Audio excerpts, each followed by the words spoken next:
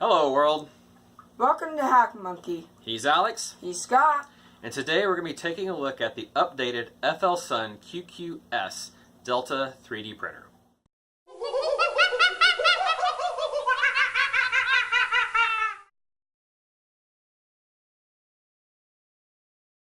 The FLSun QQ-S is a 2019 follow-up to the FLSun QQ. We paid $440 for this unit on Amazon at the end of February of 2019. It is an advertised build volume of 255 millimeters in diameter and 360 millimeters high. The advertised upgrades over the previous QQ are 32-bit MKS Robin mainboard, 24-volt 360-watt power supply, a lattice glass bed, and a Titan extruder. Additional features of this printer include a 3.2-inch color touchscreen, Wi-Fi remote control, which requires an app on your phone to work with, one-click auto bed level, power off resume. It's also advertised as being 90% pre-assembled with a 20-minute build time. So let's go ahead and open this thing up.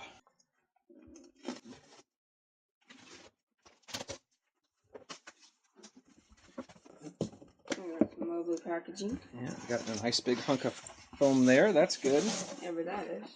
All right, so shipping address. Yeah, that's something for internal use, I would imagine.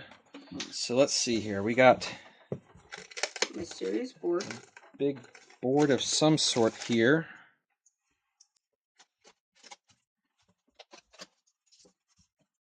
That is a piece of plywood. Get out of the camera there. That's been puttied up. I have no idea what that's in there other than maybe just some filler to keep this stuff from moving around. What else we got there, Alex? Alright, looks like we got a nice cable.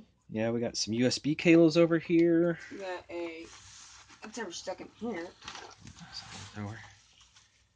Oh, we got the extruder. Camera's over here.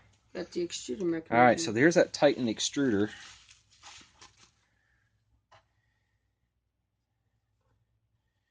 Obviously a clone. FLSun there on the back there, so we'll see how that works. Set that over. Yeah, we got some, this looks like a filament spool holder. Oh, yeah, that is the Creality style filament spool holder. Looks like we got we've got long beams. Yeah, let's see here. So we've got power cables, scraper, tools, clips, side cutters, foam,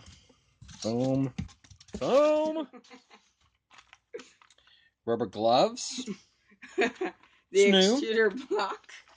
All right, so let's see. Well, let's look at this. So in here we've got the rubber gloves. We got a little USB and an extra nozzle. reader and there's a nozzle on I think that's just a number on it. I'm not sure what size that is. There's an extra nozzle. Looks like an extra thermistor. Yes, an extra thermistor. Oh, it's great. And what does it say on there? It just says temperature sensing line. So I'm not sure. Hold on, we got another one in here. It looks like, no, that's an in-stop switch. And heater cartridge. So I'm hoping those are extras, although there's a hot end.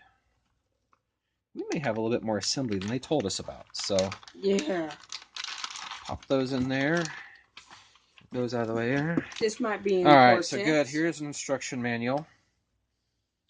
This is nice printing. Yeah. Let's see, do they have the specs in? Okay, so official printed size here is 255 by 360.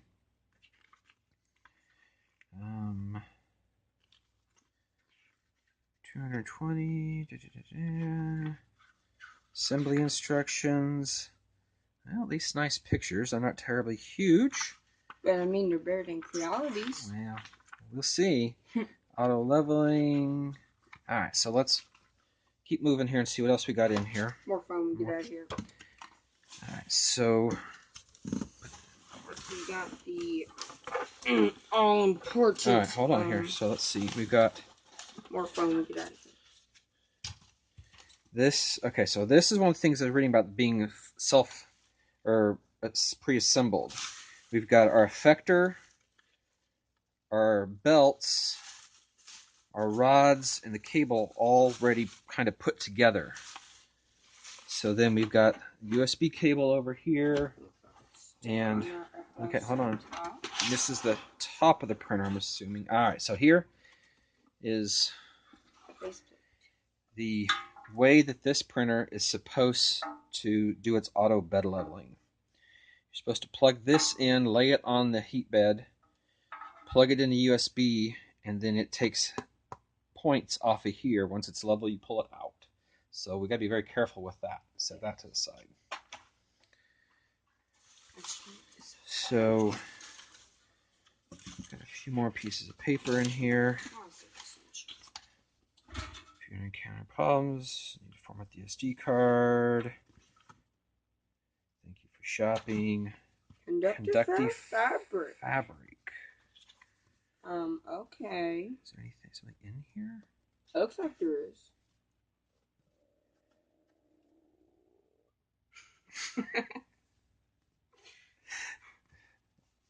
Alright, we're going to have to, I think we need to now take a look at the instructions. Step 1 of the assembly is simply pull out all the parts and lay them out on the table to get organized. Step 2 is labeled Install the Optical Axis. Yeah. This step involves installing the rods in the bottom shell and then inserting the carriages over the top of the rods.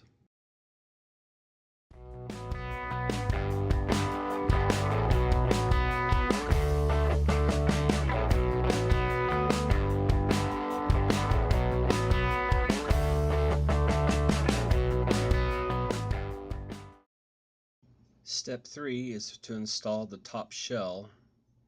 Step 4 involves attaching the pre-tensioned belt assemblies to the upper shell.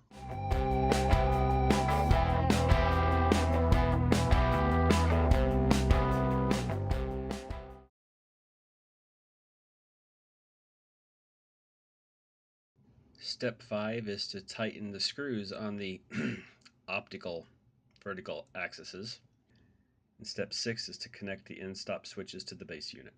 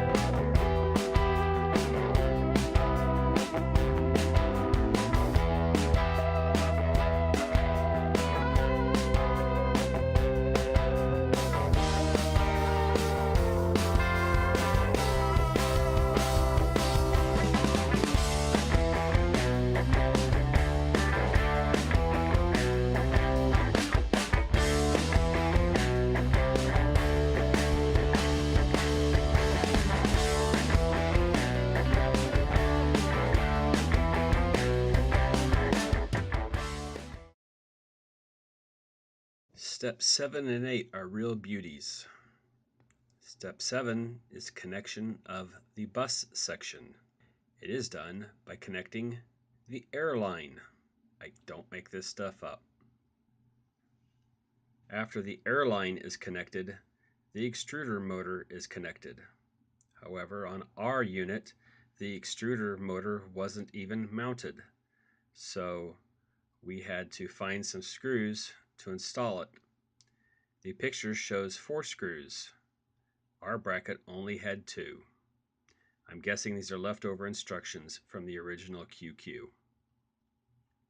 Then for step 8, you install the side shell brackets by simply sliding them up underneath the top unit and dropping them down into the bottom unit. Installing the filament holder on top completes the assembly.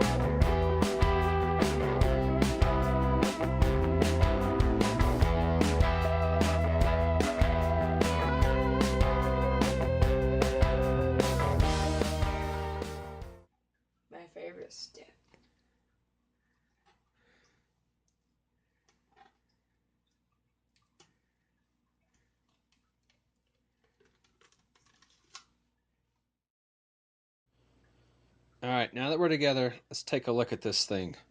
We've got, start on the front here, we've got our touchscreen and power button. And give it a wiggle there, Alex. It seems pretty stable and solid. I'm impressed with that. This is our first Delta, so I'm not really quite what to sure to expect. Spin it around, see the back. Got our power there, and I do know that according to the manual that this is set to 220.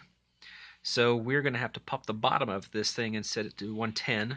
Spin around again. I think you changed it there. We've got a nice size cooling fan. Hopefully that's large enough that it's not going to whine and make a ton of noise. We've got a USB port and a micro SD card slot. And on the back. So the micro SD card slot is in the worst possible place that it could be. Luckily, we'll probably be using Octoprint with this exclusively, and we won't have to mess with that. Why do you put the card on the back? Because it's built into the board, and that's where they stuck the board, but poor planning. All right, pull the foam off there, Alex.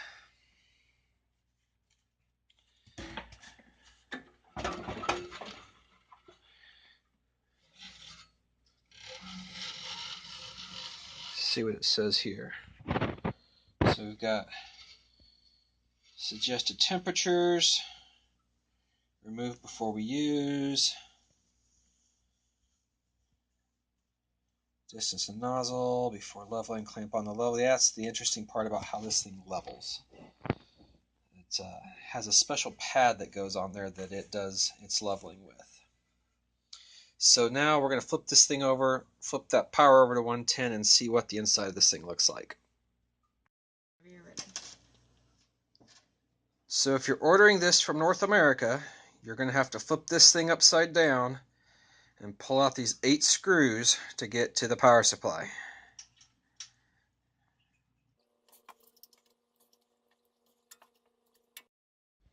So here's the bottom side opened up.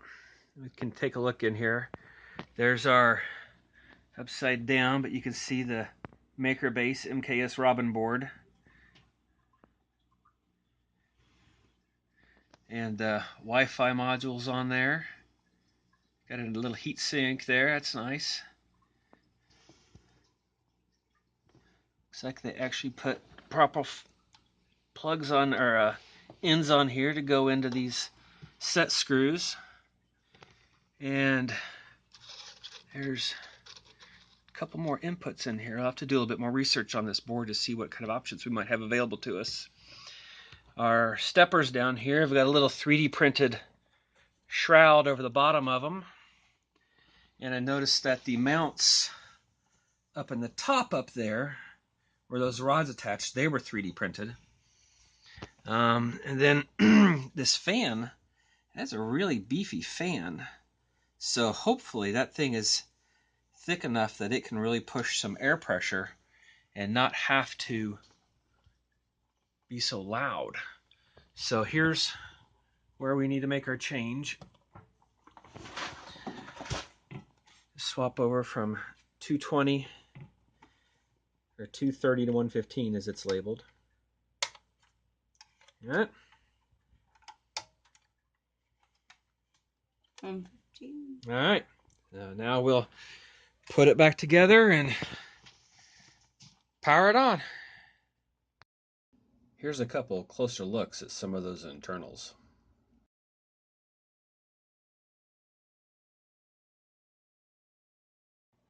Moment of truth. Do it, Alex.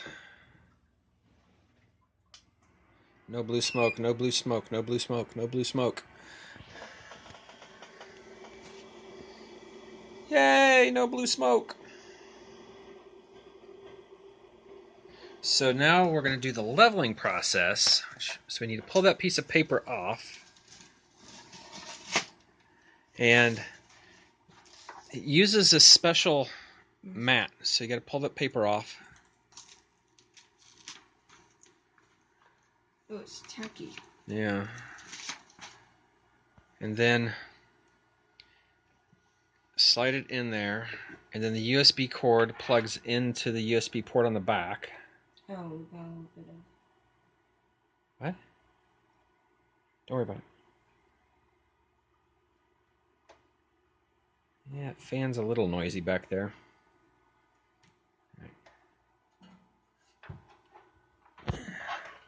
It helps if you read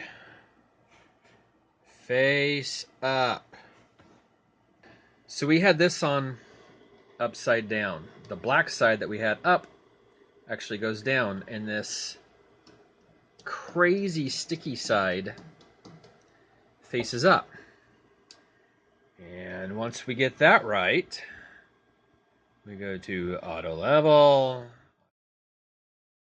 Once it hits the top end stops, it begins a bed leveling calibration. Couple thoughts why it's calibrating. It wasn't very hard to put this printer together. The advertised 20 minutes is probably a bit optimistic.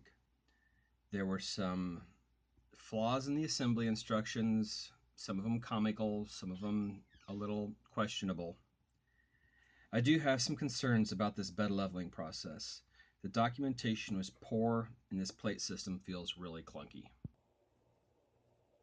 So our original plan with this printer build was to simply get the printer built, show that process, lay a little plastic, maybe print a Vinci, and then just kind of give some initial thoughts of what we thought about the printer, then come back a few months later and give a more detailed look at the printer and how it held up over time. However, as you can see, it's been a little bit more time has passed since the last little bit of the video. We've printed a few more things. I've shaved, sort of, and I've caught a cold. However, we are in a situation now where we can go ahead and make some kind of final thoughts and feelings for how we feel about this printer right now.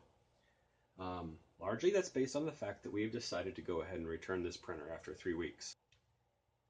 So we've got this large Saturn V rocket here that's about 6 feet tall when it's fully assembled. We've been on a bit of a rocket kick lately, with this being the anniversary of Apollo 11, and we really wanted to do something fun and have something really cool to take with us to Murph next week. So this printer has been printing these white parts, and it's printed the majority of these parts in 2 weeks, so we've probably logged in nearly 100 hours of printing. Those first 2 weeks of printing went really well. The bed leveled out really nicely, it printed out some beautiful parts, and it did the kind of things that we'd expect a Delta to do to really excel on curves. However, after about the second week, going into the third week, we really began to experience a lot of problems with bed leveling. It just wouldn't hold. It would level, it'd print, then you come back to the next print, and the bed would be out of whack. And there's a little bit of adjustment in the software to adjust the top or the center point up and down, but there's nothing in there to compensate for the leveling being out side to side. And the real problem with the bed leveling boils down to this stupid plate that we mentioned earlier that we had a problem with. The plate lays on there and the head levels to this plate. This plate, you stick some clamps on it to try to get it flat, and it's going to be in a different position every single time you put it down. And I have no idea why this thing is this sticky. This is ridiculous. It should not have to be that sticky. So stuff gets stuck on here all the time, and you're constantly picking little flecks out of it, because if you have a 3D printer, you know you've always got these little pieces of plastic floating around everywhere. So this is garbage. That white piece of conductive fabric that we mentioned in the first part of our build, that is a replacement for this surface here. It's double-sided sticky, crazy sticky. I can't imagine how hard and difficult it would be to get this surface off, to get that surface back on, to replace this one. There's also absolutely no documentation on that whatsoever about how to do that. This is junk. So the bed leveling really started to become a problem. We got some nice parts, but then the parts started to degrade, and they just kept getting worse and worse, and we had smaller and smaller areas of the build platform to work with that could get leveled and get us good prints. We had coins laid out that were printing. maker coins, and we couldn't print any more coins than this on that huge build plate because that was all the more area of the build plate that we could get level to at any given time. The last week, the biggest thing I've been able to successfully print on that printer have been these little low poly dinosaurs, because that's all the more the bed that we can reliably get our hands on to stay level with. Also, if you remember, we mentioned the fans when we were first doing our build. The fans are ridiculously loud. That fan in the base unit is on all the time and super loud. There's really almost no reason for even to be a fan down there because the whole bottom of the machine is full of holes to allow ventilation. The hot end fan is huge. It's almost too big. It is really efficient. So you're not going to get any heat related jams on this machine, but the problem is the hot end fan is on the other side. There's no vent for it over here for that air to flow through. So it has to come out the bottom around the nozzle, which means you're constantly throwing hot air down onto your print area, whether you need it or not. These two little fans here, the little radial style fans like Creality uses, there's two of them. That should be great. But those nozzles are so horrible that the air just goes straight down and you still have lots of cooling problems. The glass lattice bed on here requires a ton of heat. It's flat. It's a very flat piece of glass if you can get the printer to calibrate to it, but it requires you to set that bed to about 70 degrees Celsius and print with about 220 degrees with PLA to get this stuff to stick. It usually will stick fairly well, but not always. But there's a lot of PLAs that really have a problem printing that hot. So that's really no good either. As we mentioned in our initial build, the micro SD card is on the back. It's a horrible place. You cannot reach that card and stick a card in there without sticking your head around the backside to figure out where it is.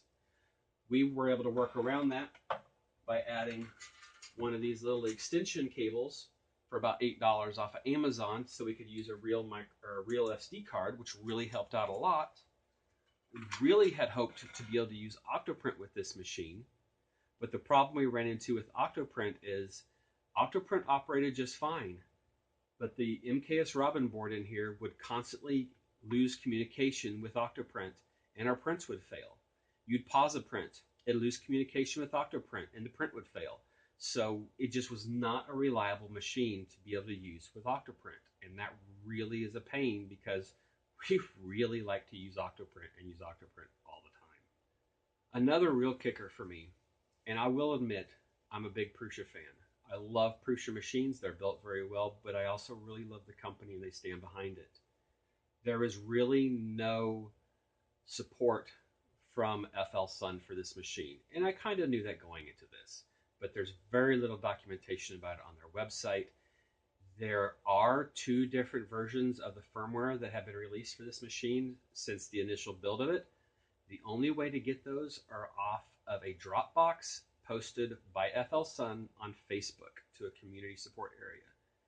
That's not acceptable to me. I want an official place to get that stuff from FLSun and know I'm getting it from them and not some user that claims to be an employee of FLSun. Additionally, when you look through the videos FLSun has put out about this printer, and it is difficult also to keep the information that they've put out about the QQ and the QQ-S separate because the Facebook group is dedicated to both of those, so it's difficult to know which one they're talking about, and they're very different machines under the hood. They have a video up there about how to replace the heater cartridge on the printer in case it goes bad. And as you saw in there, they do include an extra heater cartridge. The instructions that they give you on how to replace that heater cartridge are appalling and they will burn your house down. I will include a little snapshot of that in the video.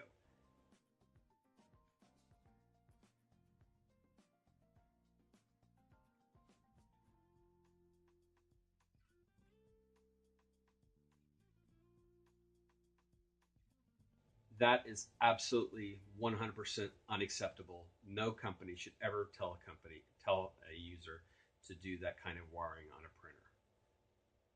One of the big reasons we wanted to get a Delta of this size was not only to print rockets with spring coming up, wanting to get outside and shoot some off.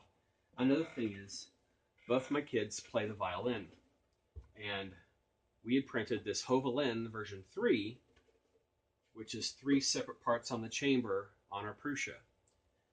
Really enjoy this. It's a lot of fun. Wanted to print out some different colored violins for them, and they've also released a new version 4 of this violin project where the chamber is all one piece.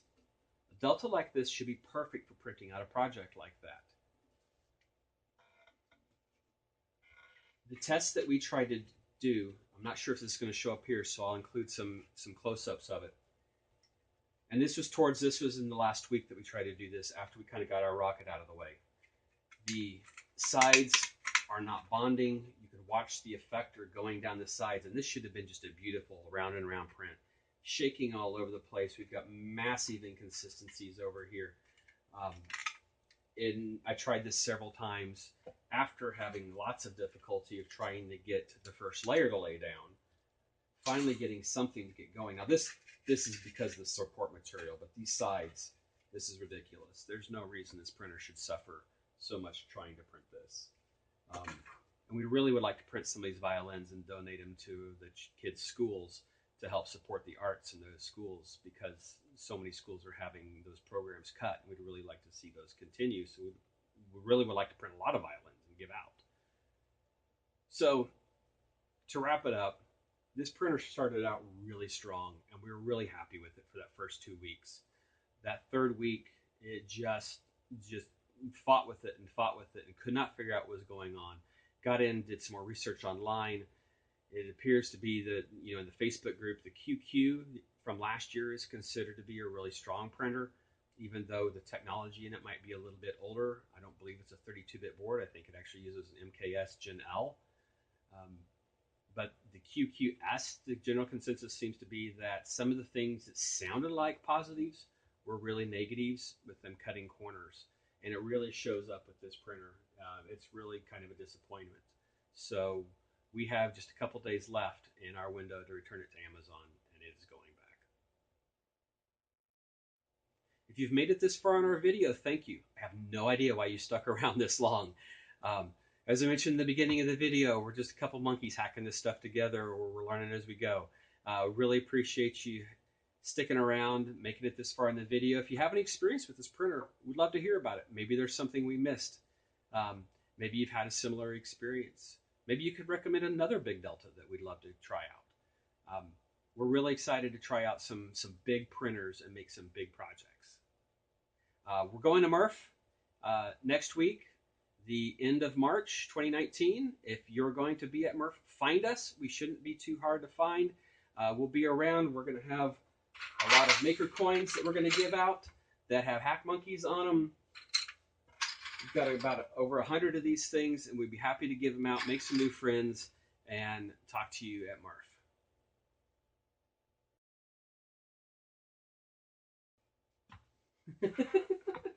Now we edit that together and see what that looks like.